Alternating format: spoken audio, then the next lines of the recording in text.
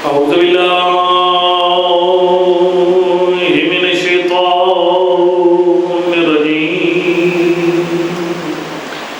بسم الله الرحمن الرحيم. الحمد لله رب العالمين. الصلاة والسلام على سيدنا ونبينا وحبيب قلوبنا وطبيب نفوسنا بالقاسم محمد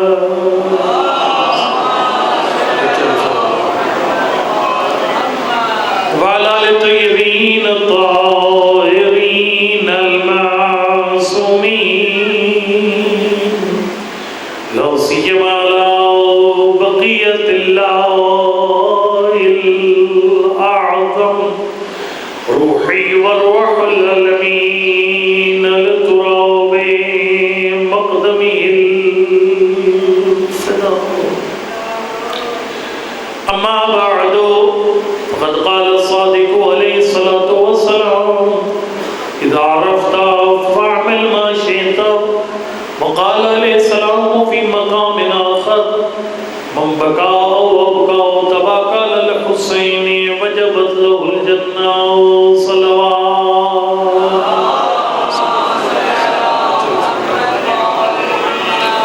نعرہ تکبیر، نعرہ رسالت، نعرہ حیدری، نعرہ حیدری اور محمد و اہل بیت محمد صلی اللہ علیہ وسلم۔ آج عشر محرم کی یہ پہلی مجلس ہے یہاں پر۔ میں اپنا 8-10 دن کا پورا پروگرام آپ کو بتاتا ہوں۔ 1 یا 2 دن میں معرفت مجلس پہ گفتگو کروں گا کہ ہم جو کام کر رہے ہیں کہ ہمیں اس کی پہچان ہے یا نہیں ہے۔ ایک بانی کے طور پر، ایک خطیب کے طور پر، ایک سامع کے طور پر ہمارا مقام اور مرتبہ کیا ہے،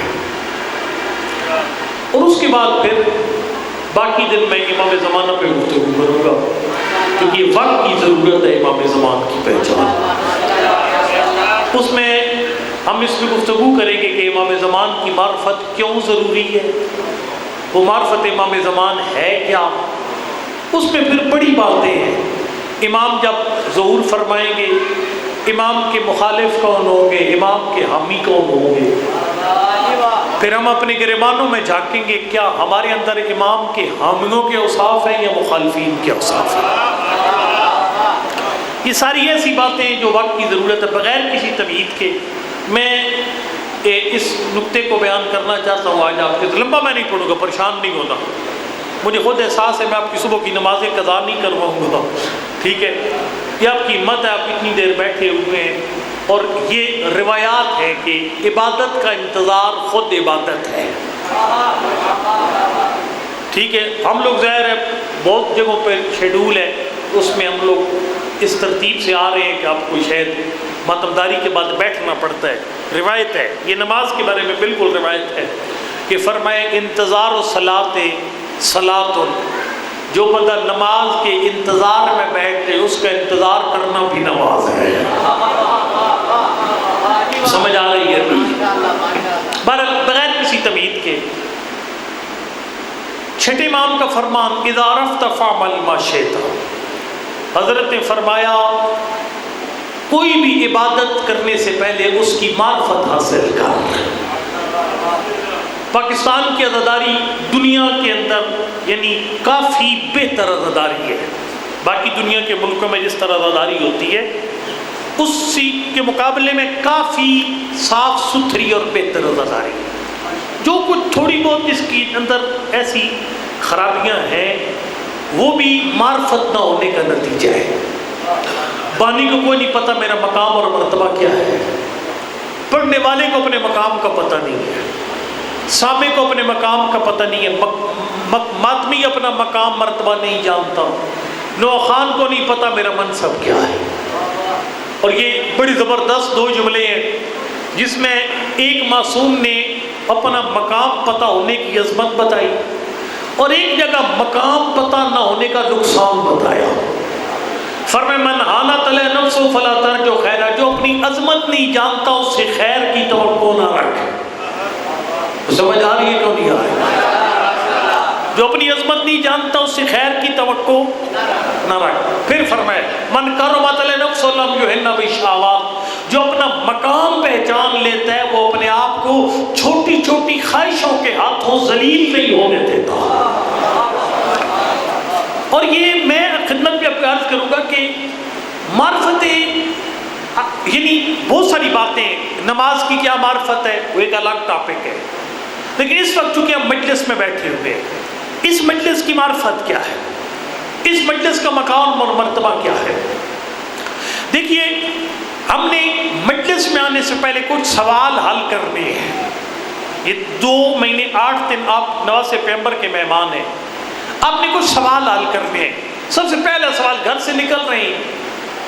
میں نے وہ ایک روایت ہے حضرت موسیٰ جب اللہ سے باتیں کرتے تھے نا، اس میں سے ایک بات یہ تھی، پروردگارا اس بندے کو روزے کا کیا صلہ ملے گا جو دیکھا دیکھی روزہ رکھے.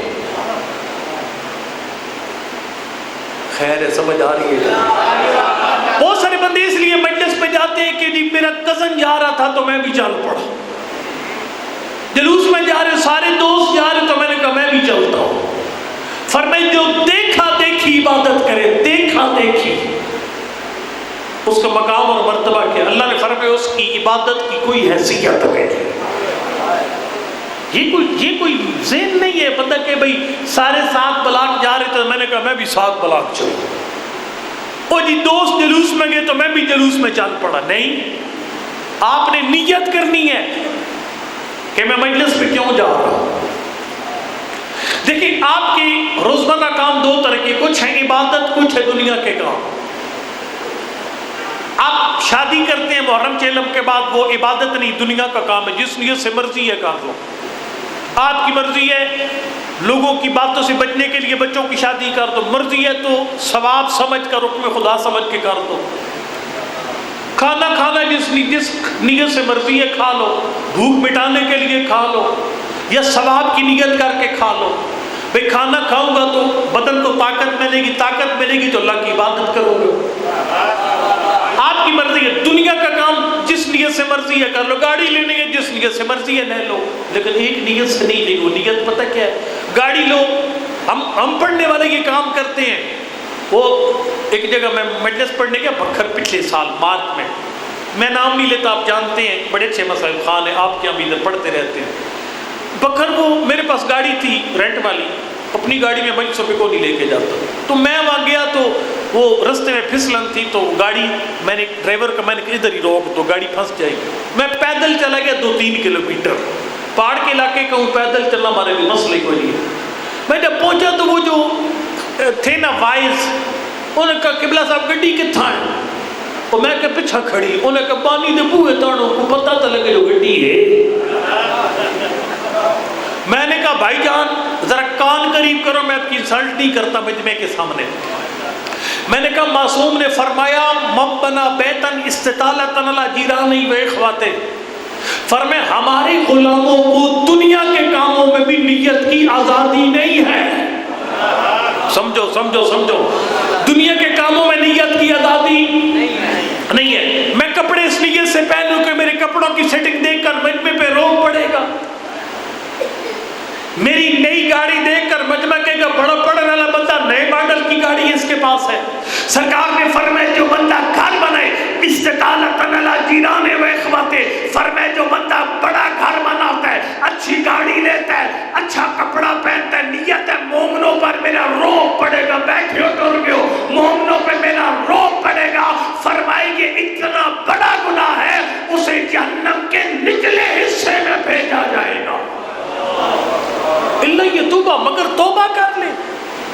حضرت کپڑے اس نیت سے آپ نہیں پہن سکتے کہ میرے کپڑوں کی اچھی کلف دیکھ کر، میرے کپڑوں کی اکڑ دیکھ کر، میرے کپڑوں کی میچیں دیکھ کر وہ 7 بلاک کا مجمع حیران پریشان رہ جائے گا. غلط ہے. تو بیٹھے ہو ٹور کے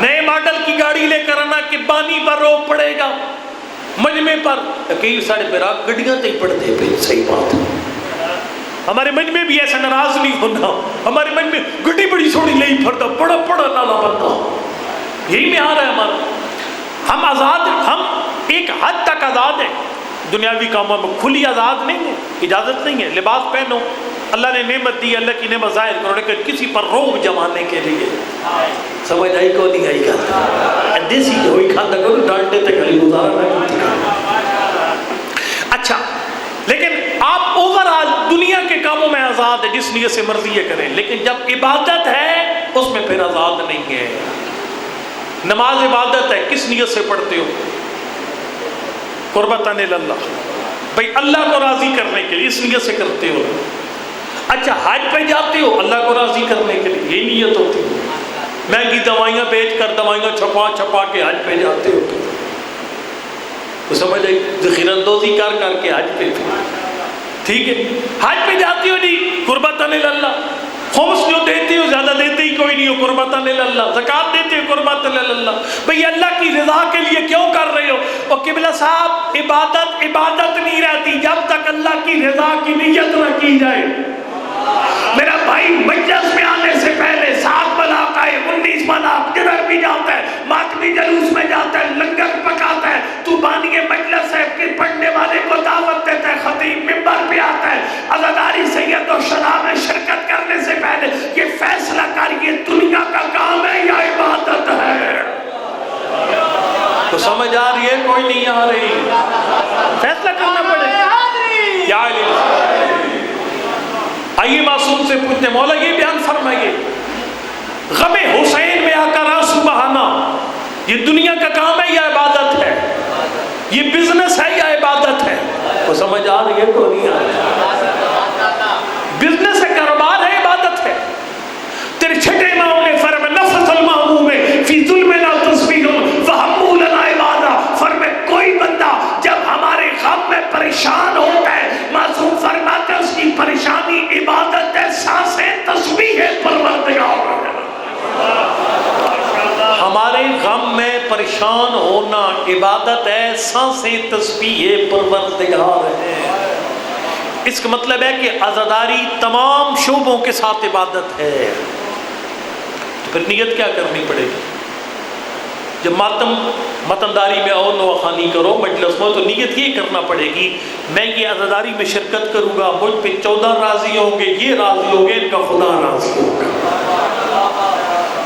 اچھا چلو بس یہ 2 مہینے 8 دن اور اس کے بعد بھی جب بھی مجلس پہ آؤ قربتاً اللہ کی نیت کر کے میں مجلس میں جاؤں گا مجھ پہ 14 راضی سمجھ تو آ رہی ہے نا ویسے یہ بولنے کا ٹائم ہے نہیں آپ سچے ہیں ٹھیک ہے 11:30 ہوں گے ٹھیک ہے میں آپ کو زیادہ نہیں بٹھاؤں گا میں نے خود بھی صبح کی نماز قضا نہیں کرنی آپ کی بھی نہیں قضا کرنے دے میں خدمت میں عرض کروں جب یہ عبادت ہے تو قربتاً اللہ اچھا چلو اگر اس ایک اور نیت سے مجلس ہو جائے بھئی فرض کرو یہ 3-4 ذاکر پڑھاؤں گا یا فرض کرو 2 علماء پڑھائیں گے ہم جب 7 بلاک والے تو شہر میں بڑا شور مچ جائے گا بڑے علماء دوست ہیں بڑے علماء پڑھائیے یا فلانے بندے نے اتنا بڑا اشتہار نکالے بڑے ذاکر ماشاءاللہ کی کیا بات ہے یا لنگر پکائیں گے تو دنیا اشش کر اٹھے گی بڑا لنگر پکایا ماتمداری میں ہاتھ ماروں گے دنیا کہے گی بہت بڑا ماتمدار اور عزادار ہے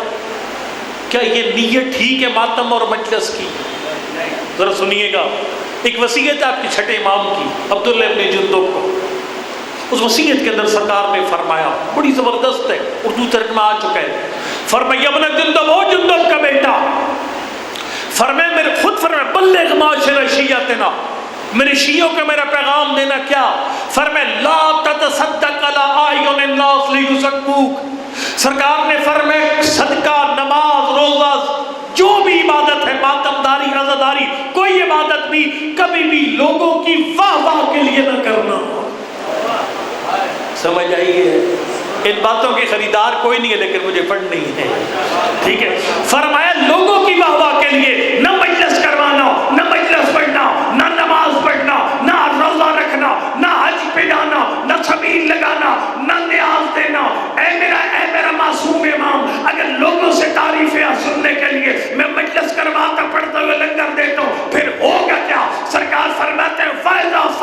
مالک اگر یہ کام کر بیٹھا، مجلس کروائی لوگوں کی واہ واہ کے لیے، سنی لوگوں کی واہ واہ کے لیے، سینے پہ ہاتھ مارا لوگوں کی تعریفیں سننے کے لیے، اگر یہ کام کر بیٹھا فرمایا فقد استوفیت اجرک، اپنا اجر دنیا میں ہی وصول کر لیا۔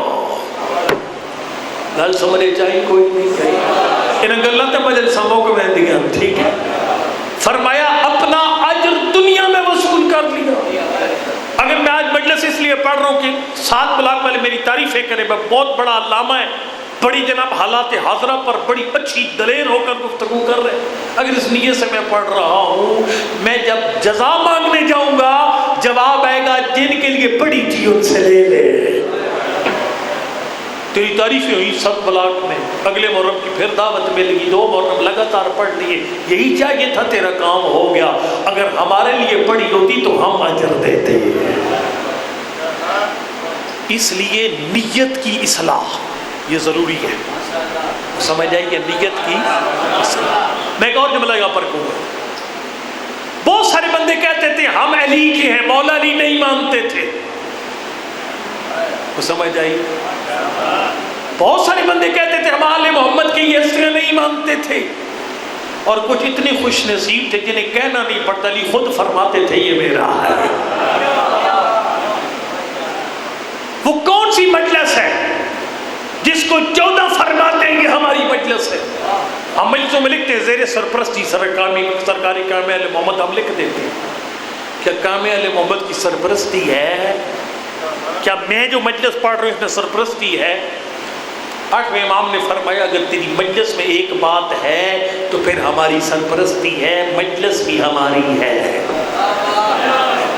تیرے ماتمی جلوس میں اگر ایک بات ہے، تیرے نوئے میں اگر ایک بات ہے، فرمایا وہ ہمارا نوہ، وہ مجلس ہماری، وہ ماتم ہمارا، وہ ماتمی ہمارا، وہ سبیل ہماری، وہ لنگر ہمارا۔ مولا وہ کون سی مجلس ہے جو آپ کی مجلس ہے، وہ کون سی ماتمداری جو آپ کی ماتمداری ہے؟ توجہ جاگنا نیاز حسین، جب پوچھا نا مولا وہ کون سی مجلس ہے جو ہماری مجلس، میں کو جملہ کہوں گا یہاں پر، ایک وہ یہ آپ کو یہ واقعہ سن کر بات صحیح سمجھ آئے گی۔ ایک انڈیا کے بہت بڑے عالم تھے، پرانے دور کی بات ہے، ان کو کسی نے یہ سندھ والوں نے اپروچ کی، قبلہ آپ ہماری خواہش ہے ہمارے پاس مجلس پڑھے۔ انہوں نے کہا کہ میں 10,000 روپیہ نیاز لوں گا، پرانے دور کی بات۔ انہوں نے کہا قبلہ منہ سے بول کر نہ مانگتے، ہماری نیت بھی خراب کر دی، بیٹھے منہ سے بول کر نہ مانگتے، کم از کم ہم آپ کو 20,000 دے دیتے، لیکن آپ نے جب مانگ لی تو ہم سمجھ گئے ہماری مجلس فکس ہے۔ ہم نے سنا تھا آپ مجلس کی نیاز طے نہیں کرتے، آپ نے تو طے کر دی۔ انہوں نے کہا نہیں میں تو مجلس کی نیاز نہیں طے کرتا، ادھر جاگنا تھوڑا جا، میں مجلس کی نیاز نہیں طے کرتا۔ قبلہ جی آپ نے 10,000 مانگا، ان کا ذرا جملہ دہراؤ، توجہ ذرا۔ انہوں نے کہا قبلہ ہم نے کہا ہماری خواہش ہے آپ ہمارے پاس پڑھیں۔ انہوں نے کہا یہ مجلس کی نہیں آپ کی خواہش کے پیسے ہیں۔ کوئی نہیں سمجھ آئی گل سروں دی اتوں گزر کے۔ اس کا مطلب ہے کئی دفعہ مجلسیں تیری اور میری خواہش ہوتی ہے، مجلس امام نہیں ہوتی۔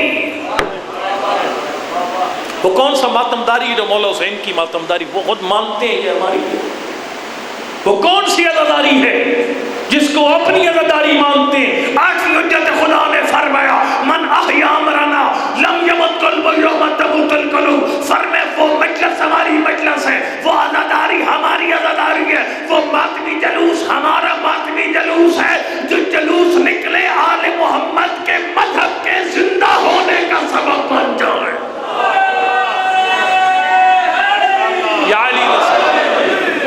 اور ایک شاعر نے اس کو بڑے پیارے انداز میں بیان کیا، اس نے کہا مومنو خیال رکھنا روح دی فرش ادا پہ نہ سو جائے کہیں، روح دی فرش ادا پہ نہ سو جائے کہیں، اور کربلا جل سے جلوسوں میں نہ کھو جائے کہیں۔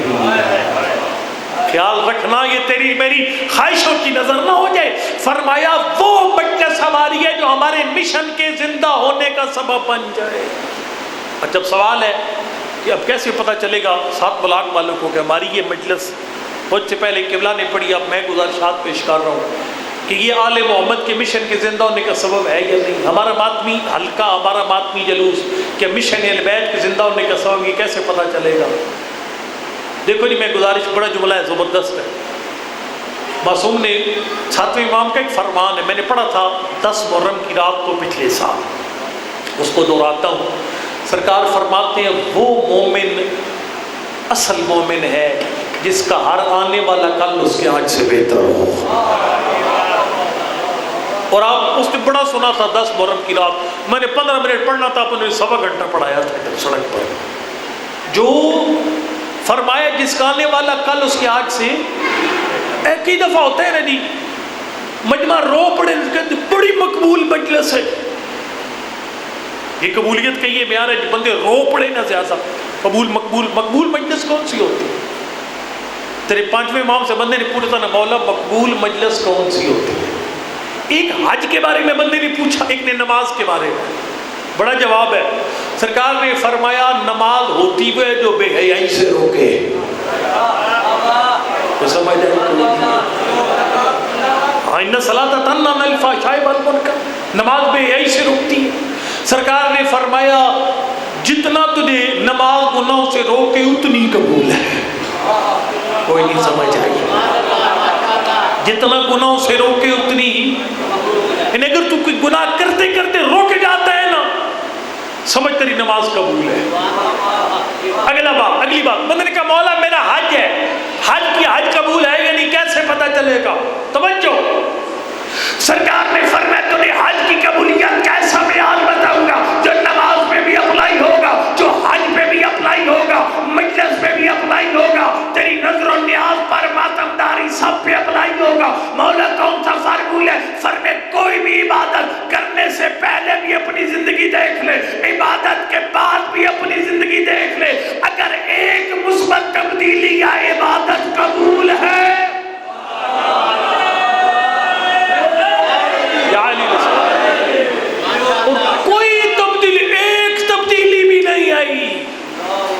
پھر سمجھ تیری عبادت قبول کو نہیں ہوئی.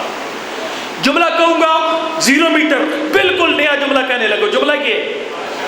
معصوم سے پوچھیں گے تو مولا مسجد امام بارگاہ میں آنے کا فائدہ کیا ہے؟ ذرا غور کرنا. محرم لکیروں پہ لکیریں مارنے کے لیے نہیں ہے. فرض کرو بھئی ہم آئیں جناب، میں 2-3 دن روانگی پڑھوں، اس کے بعد جناب پھر میں شادتیں شروع کر دوں، آپ سنے اٹھ کر، یہ اس لیے نہیں ہے.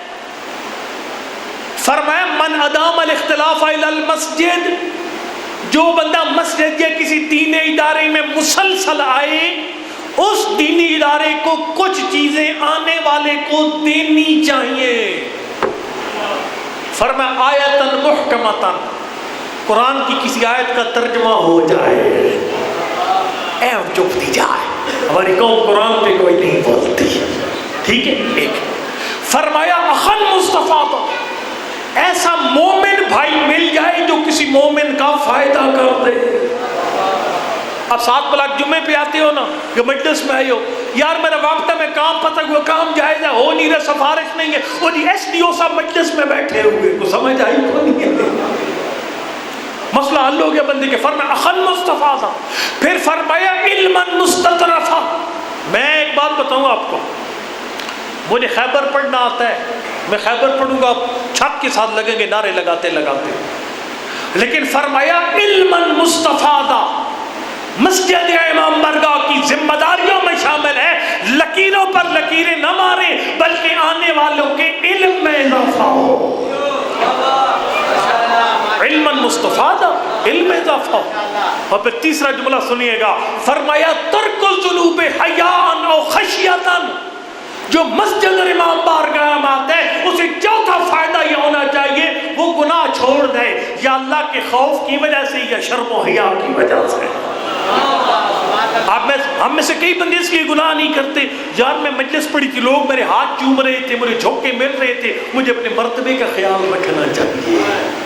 لوگ کہیں کہ رات کو مجلس سنی اور دن کو گناہ کی محفل میں چلا گیا. فرمایا ترک الذنوب حیاء خشیۃ. یہ جو آپ کے نالج میں اضافہ ہوتا ہے نا، یہ خود تبدیلی ہے. یعنی جہالت سے علم کی طرف جائیں، یہ مجلس کا مقصد ہے۔ بے نمازی نمازی بن جائے، یہ مقصد مجلس ہے۔ بے پردہ با پردہ ہو جائے، یہ مقصد مجلس ہے۔ 2 سال پہلے میں نے بیرگٹ ٹاؤن اسلام آباد میں 5 مجلسیں پڑھی۔ ہمارا کل طلاق کا صیغہ جاری ہونا تھا اور طلاق شریع اس کو پڑھی جانی تھی، مولانا نے پڑھنی تھی۔ آپ کی جو مجلس تھی نا کل رات کی، جس میں اپنی جناب سیدہ اور مولا کائنات کی ازدواجی زندگی کو بیان کیا، وہ سن کر میں اور میری بیوی نے گھر بسانے کا پروگرام بنا لیا۔ یقیناً میں نے کہا مجلس کی نیاز مل گئی، ایک گھر اجڑنے سے بچ گیا۔ سرکار نے فرمایا جس میں بے عمل باعمل ہو جائے، بے نمازی نمازی ہو جائے، یہ مجلس کا مقصد ہے۔ اور اس مجلس کو معصوم فرماتے ہیں کہ ہماری مجلس ہے کیونکہ یہ مشن اہل بیت کے زندہ ہونے کا سبب بن گئی ہے۔ پر میں عرض یہ کر رہا تھا آپ خدمت میں کہ ہمیں اپنا مقام مرتبہ نہیں پتا، ہمیں یہ دیکھنا پڑے گا یہ مجلس خالی پڑھنے والوں کو جیبیں بھرنے کے لیے نہیں ہے، کیٹرنگ والوں کی کاروبار چمکانے کے لیے نہیں ہے۔ اس مجلس کا مقصد یہ ہے کہ اس میں انقلاب آئے، جو بندہ نہیں جانتا وہ جاننے والا بن جائے، جو نمازی نہیں ہے وہ نمازی بن جائے، کوئی ایک مثبت تبدیلی بندے کے اندر آ جائے۔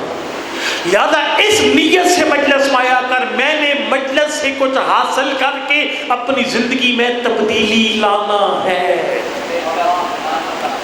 اور پھر عبادت کی نیت، یہ 2 باتیں،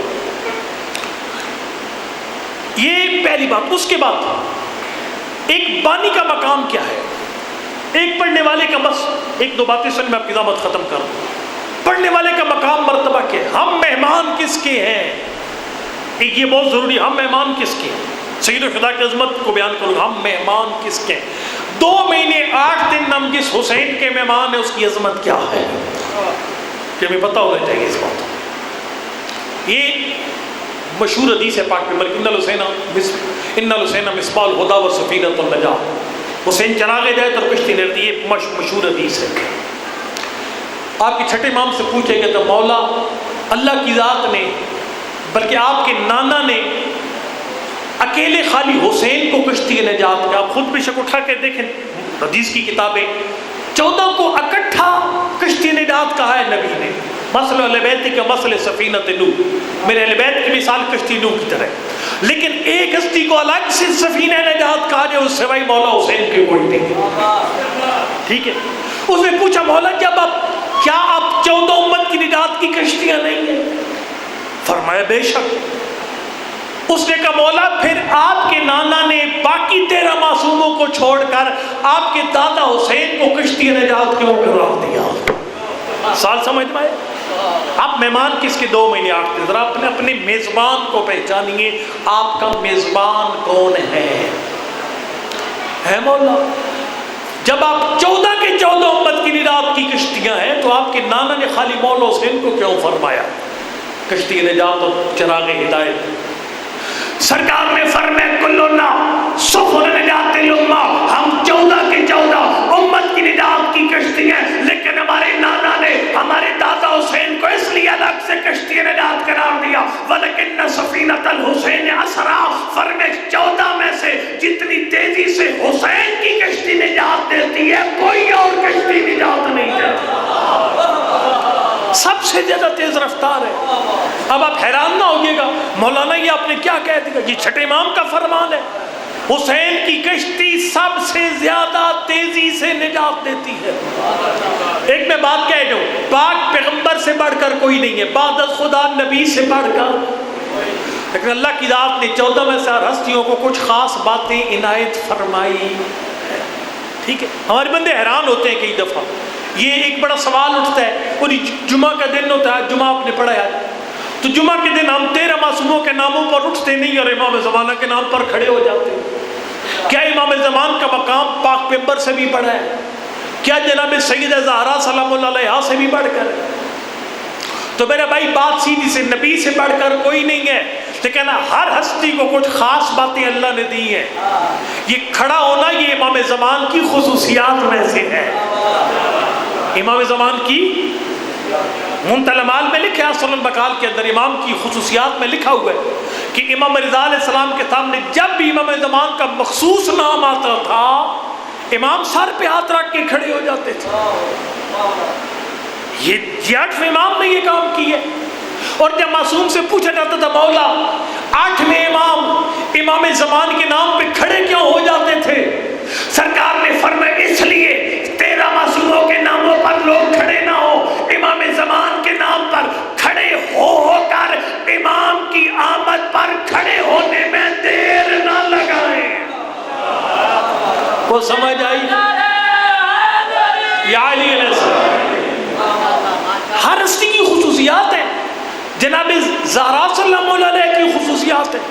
اس میں علماء نے کتابیں لکھی الخصائص الفاطمیہ بی بی کی خصوصیات، الخصائص الحسینیہ نواسِ پیغمبر کی خصوصیات. آپ کی دعا کے موضوع پر ہسٹری کی پہلی کتاب عدت الدائی ہے، ابن فاضلی اس کے رائٹر ہیں. انہوں نے لکھا اس کتاب آخری بات بس میں پھر بات کو کل آگے مکمل کروں گا. اس میں لکھا ہے کہ چھٹے امام فرماتے اللہ کی ذات نے میرے دادا حسین کو 4 ایسی خاص باتیں دی ہیں جو کائنات میں کسی کو بھی نہیں دی. وہ کون سی ہیں؟ اور میں سب سے پہلی بات جعل الاجابت تحت قربتہ، حضرت کی گنبد کے نیچے ہر دعا قبول ہو جاتی ہے. یہ پہلی بات. دوسری بات فرمایا جعل الامامۃ فی ذریتہ، اللہ نے امامت کو حسن کو چھوڑ کر حسین کی نسل میں رکھ دیا. ٹھیک ہے. تیسرا فرمایا وجعل الشفاء فی تربتہ، خانہ کعبہ کی چھت کی مٹی کھانا حرام، مصطفیٰ کی قبر کی مٹی کھانا حرام، وادی نجف کی قبر کی مٹی کھانا حرام، 7ویں حجت خدا کی قبر کی مٹی کھانا حرام. فرمایا اللہ کی پوری کائنات میں یہ قبر حسین کی خاک کو شرف حاصل ہے. اللہ نے اس خاک کے اندر ہر لا علاج بیماری کا علاج رکھ دیا. اور سرکار نے فرمایا چوتھی بات اللہ تودع اعمار ظاہری. حاجی صاحب حج پہ جائیں گے نا، جتنی دیر خانہ کعبہ کا طواف کریں گے زندگی میں سے گھنٹہ ختم. سمجھ آئی کو نہیں؟ زندگی 60 سال نے گھنٹہ طواف کیا 1 گھنٹہ ختم. روضہ رسول پہ گیا 2 گھنٹے رکا 2 گھنٹے ختم. کو بیٹھے ہو تو روپے سمجھے جا رہی ہے. نجف میں مولا کائنات کی قبر پر آیا 4 گھنٹے زری پہ کھڑا رہا 4 گھنٹے زندگی میں سے ختم. سرکار نے فرمایا چوتھی خصوصیت یہ ہے اللہ نے نہ کعبہ کو دی نہ روضہ رسول کو دی نہ کائنات کے امیر کے روضہ کو دی. فرمایا جب بھی سوار گنبد حسین کے نیچے آ کر مولا حسین کی زیارت کرے گا گھنٹہ لگائے 2 گھنٹے لگائے وقت روک کر حسین کے زوار کا انتظار کرتا ہے. یا علی وقت رک کر انتظار کرتا ہے ظاہر حسین کا. اور یہ بھی مولا حسین کی خصوصیات میں سے ہے سفینہ نجات. یہ الگ سے سوائے مولا حسین کے کسی کے بارے میں نہیں فرمایا کہ یہ سفینہ نجات ہے، خالی مولا حسین کے بارے میں. تو سرکار نے فرمایا ہم ساری امت کی نجات کی کشتی ہیں، لیکن ہمارے دادا حسین کو یہ لقب اس لیے دیا گیا سفینۃ الحسین اسرا، 14 میں سے واحد حسین ہے جس کی کشتی سب سے زیادہ تیزی سے نجات دیتی ہے. اس پہ کل بات کروں گا. اللہ اکبر. قبلہ صاحب نے مسائل پڑھا آپ کے سامنے، میں کو تنگ نہیں کروں گا. دیکھیں میں نے لمبا پڑھائی کوئی نہیں، مجھے احساس ہے آپ کافی دیر سے بیٹھے. میں نے آپ کے سامنے 2 جملے خلیفہ صاحب کے پڑھ لیے. مولا حسین کے لیے وطن چھوڑنا بڑا مشکل تھا. اللہ اکبر. تو یہ رونا بہت بڑی بات ہے. معصوم کو اتنا بھروسہ تھا نا آپ پر سرگودا والوں. فرمایا لقتل الحسین حرارۃ فی قلوب المؤمنین لن تبرد. ہمارے دادا حسین کی غربت کی اتنی گرمی ہے نا مومنوں کے دل میں، قیامت کا سورج طلوع ہو سکتا ہے یہ گرمی ٹھنڈی نہیں پڑ سکتی.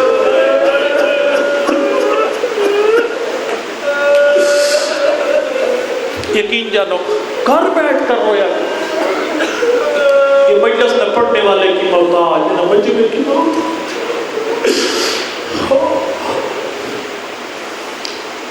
الوداع کی ہے نانا کی قبر، بھیا حسن کی قبر، دادی فاطمہ بنت اسد کی قبر. لیکن انوکھا الوداع تھا جب ماں زہرا کی قبر پر آیا.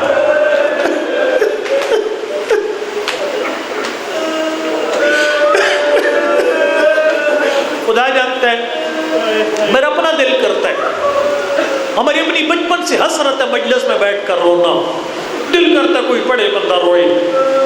یہ مقدر والے ہو، اللہ کی ذات تم اتنی بڑی عبادت کی توفیق ہے.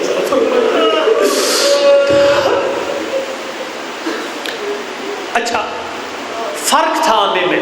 علماء نے لکھا ہے آپ نے تھکنا نہیں سے میں 10 منٹ سے اوپر نہیں پڑھوں گا، لیکن جو پڑھوں گا تھک کر نہیں مصائب سننا. کوئی بندے اپنی قبروں میں سوئے ہوئے پچھلے سال اس مجلس میں تھے، آج قبروں میں آپ کی دعاؤں کے منتظر ہیں. اللہ اکبر. فرمایا جب نانا کی قبر پر آیا نا غریب، میرے مولا متانت اور وقار کے ساتھ آہستہ آہستہ خرامہ خرامہ قدم اٹھاتے ہیں. حسن مجتبیٰ کی قبر پر خرامہ خرامہ قدم اٹھاتے. جس قبر پر غریب گیا بڑے وقار اور متانت کے ساتھ گیا. کبھی تجربہ کرنا نا اپنے گھر میں، چھوٹے بچے کو جب باپ بلاتا ہے نا بچے کا آنے کا انداز اور ہوتا ہے، بھائی بلاتے ہیں انداز اور ہوتا ہے، آرام آرام سے آتا ہے. لیکن جب ماں بلاتی ہے نا دونوں باہیں آگے کرتے ہیں، پھر بچہ دوڑ کر ماں کی جھولی میں آتا ہے. اللہ جانتا ہے جو غریب گیا تھا نا نانا کی قبر پہ آہستہ آہستہ، حسن کی قبر پر آہستہ آہستہ، ماں کی قبر پہ ایسے دوڑ کے گیا جیسے چھوٹا بچہ اپنی ماں کی طرف جاتا ہے.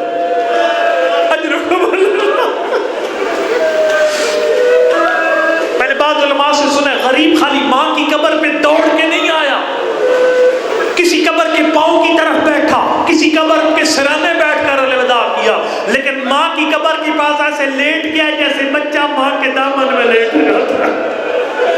اللہ اکبر. اماں کی قبر پر آ کر حسین نے ایک سلام کیا، سلام علیکم یا اماں، اماں میرا آخری سلام. سرگودا والوں غریب نے ایک سلام کیا تھا، زہرا کی قبر سے 3 جواب آئے، ہر جواب مسائب کا پہاڑ ہے. پہلا جواب ہے وعلیکم السلام یا غریب والوں، سلام ہو میرا غریب بیٹا، سلام ہو میرا بے وطن بیٹا. سرگودا والوں ساری رات رونے کے لیے یہ ایک جملہ کافی ہے. دیکھو بے غریب کون ہوتا ہے؟ جو بے وطن ہو.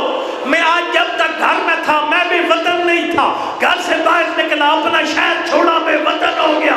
اللہ جانتا ہے میں تو اپنے گھر میں بے وطن نہیں ہوتے، گھر چھوڑتے ہیں بے وطن ہوتے ہیں. حسین وہ غریب ہے، اماں کی قبر پہ قبر سے آواز آتی ہے میرا مدینہ میں بے وطن.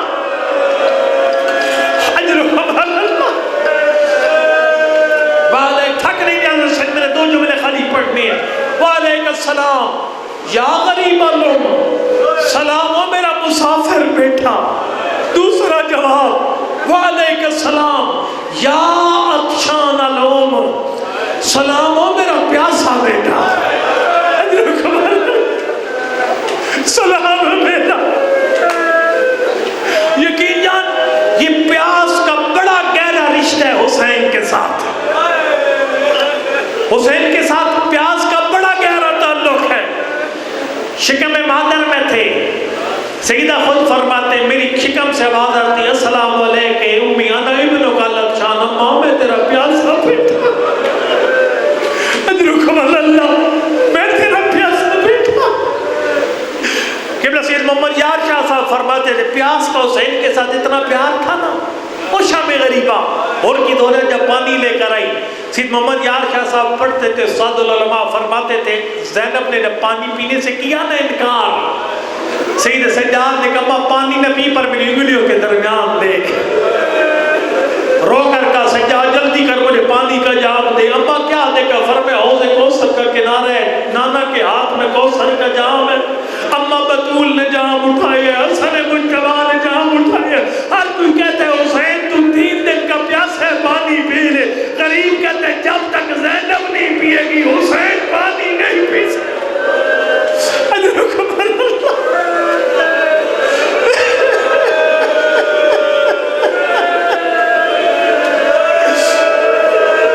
سلام ہو میرا پیاسا بیٹا. ایک منزل اور بڑھا بسائے. تیسرا جملہ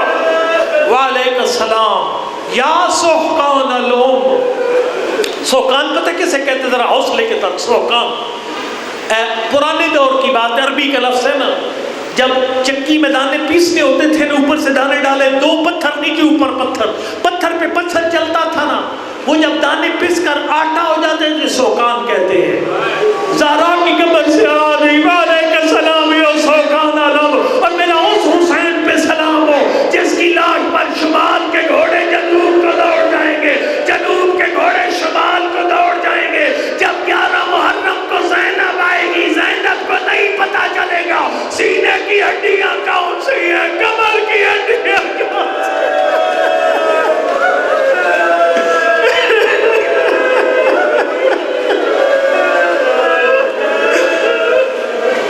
گھوڑوں کی ٹاپوں کے نیچے روندے جانے والے حسین تیری غربت پہ میرا سلام. آخری 70 علی کی بیٹی حسین چھوڑ رہے ہیں مدینہ. علامہ سید محمد یار کا سب بڑا جملہ پڑھتے تھے، اللہم حسین کے قدموں میں جگہ عنایت فرمائے، معرفت والا سیدنا تھا.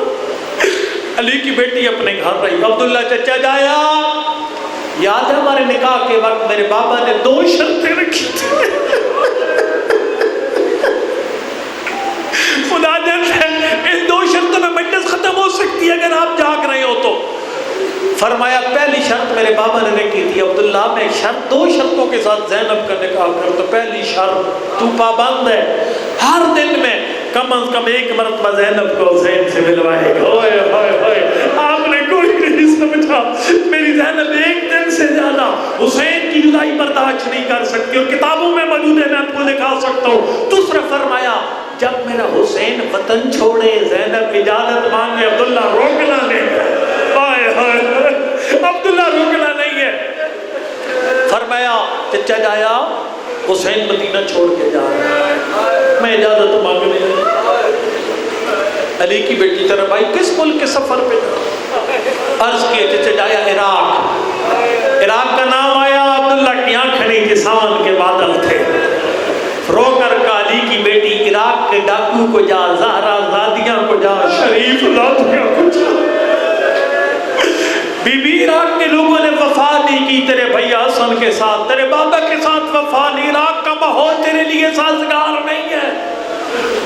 علی کی بیٹی نے سنا نا میرا شریف والس راضی نہیں ہے، رو کر فرم عبداللہ اگر آپ اجازت نہیں دیتے نا. سید محمد یار کیا سب فرماتے تھے زینب جائے گی نہیں، لیکن آخری جملہ اگلی بات میرے اختیار میں نہیں ہے. علی کی بیٹی کون سی بات اختیار میں نہیں ہے؟ فرمایا ادھر حسین کا قافلہ چلے گا، ادھر زینب کا جنازہ.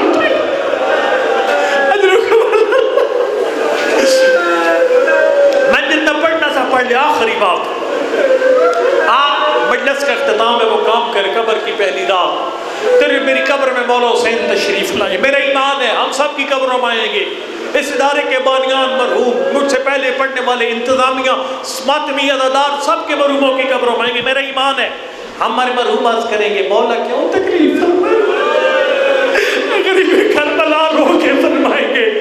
دیکھو پہلی مجلس تھی 7 بلاک کے بمبرگاہ میں، لیٹ نائٹ آدھی رات کو مجلس تھی. پڑھنے والا کوئی نام والا بندہ بھی کوئی نہیں تھا. تم میری غربت سننے کے لیے بیٹھے ہوئے تھے. مجلس کے آخر میں سب نے مل کر میں حسین کی غربت پہ سلام کیا. اس مجلس میں تیرا بیٹا، تیرا بھائی، تیری بہن موجود تھی. میں حسین اسی سلام کا جواب دے دے تیری قبر میں آ کے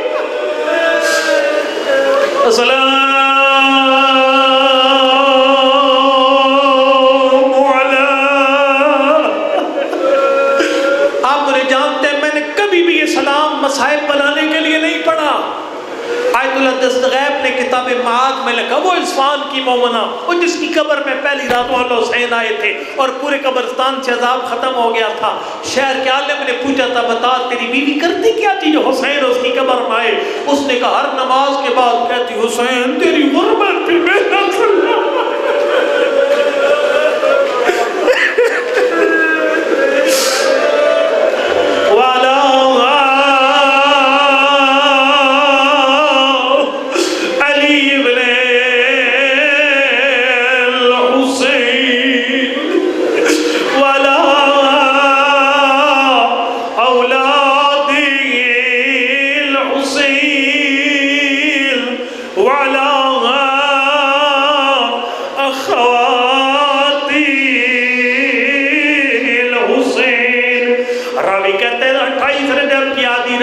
وقت تھا، سارا مدینہ سویا ہوا تھا، زہرا زادیوں کے گھر میں بیٹھے اللہ جانتے ساری بیویاں جاگ رہی تھی. میں نے دیکھا محلہ بنی ہاشم کا دروازہ کھلا، محمد بیٹھنا شروع ہو گئے.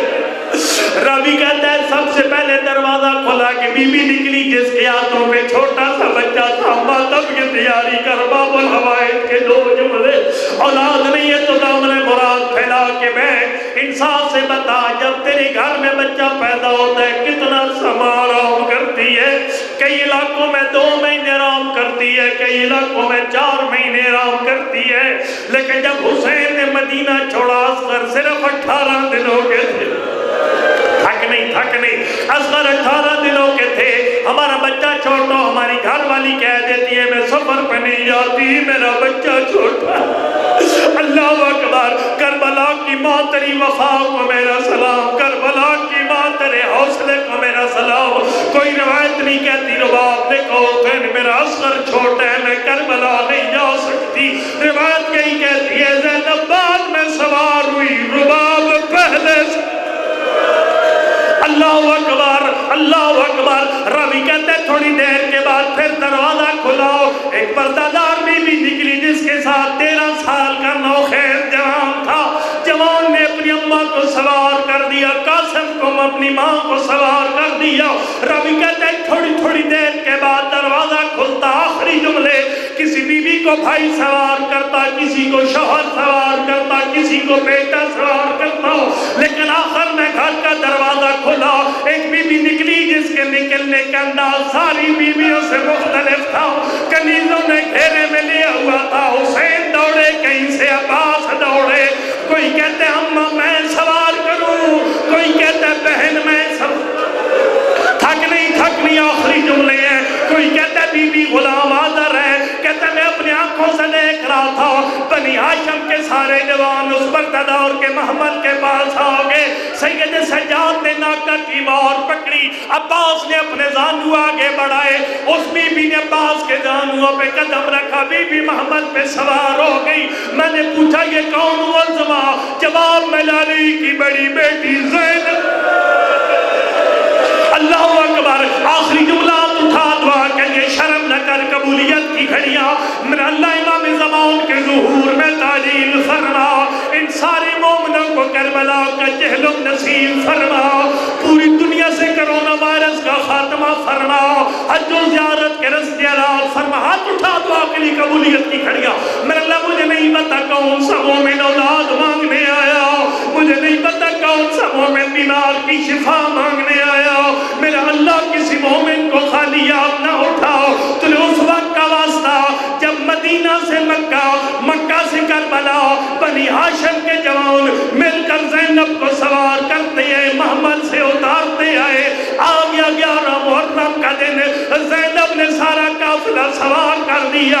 روایت کہتے ہیں جب ساری بیویاں سوار کر چکی، نظرت یمیناً و شمالا، کبھی دائیں دیکھا کبھی بائیں دیکھا. علی کی بیٹی دائیں بائیں کسے ڈھونڈ رہی ہے، کہتی ہے کدھر گئے مجھے مدینہ سے سوار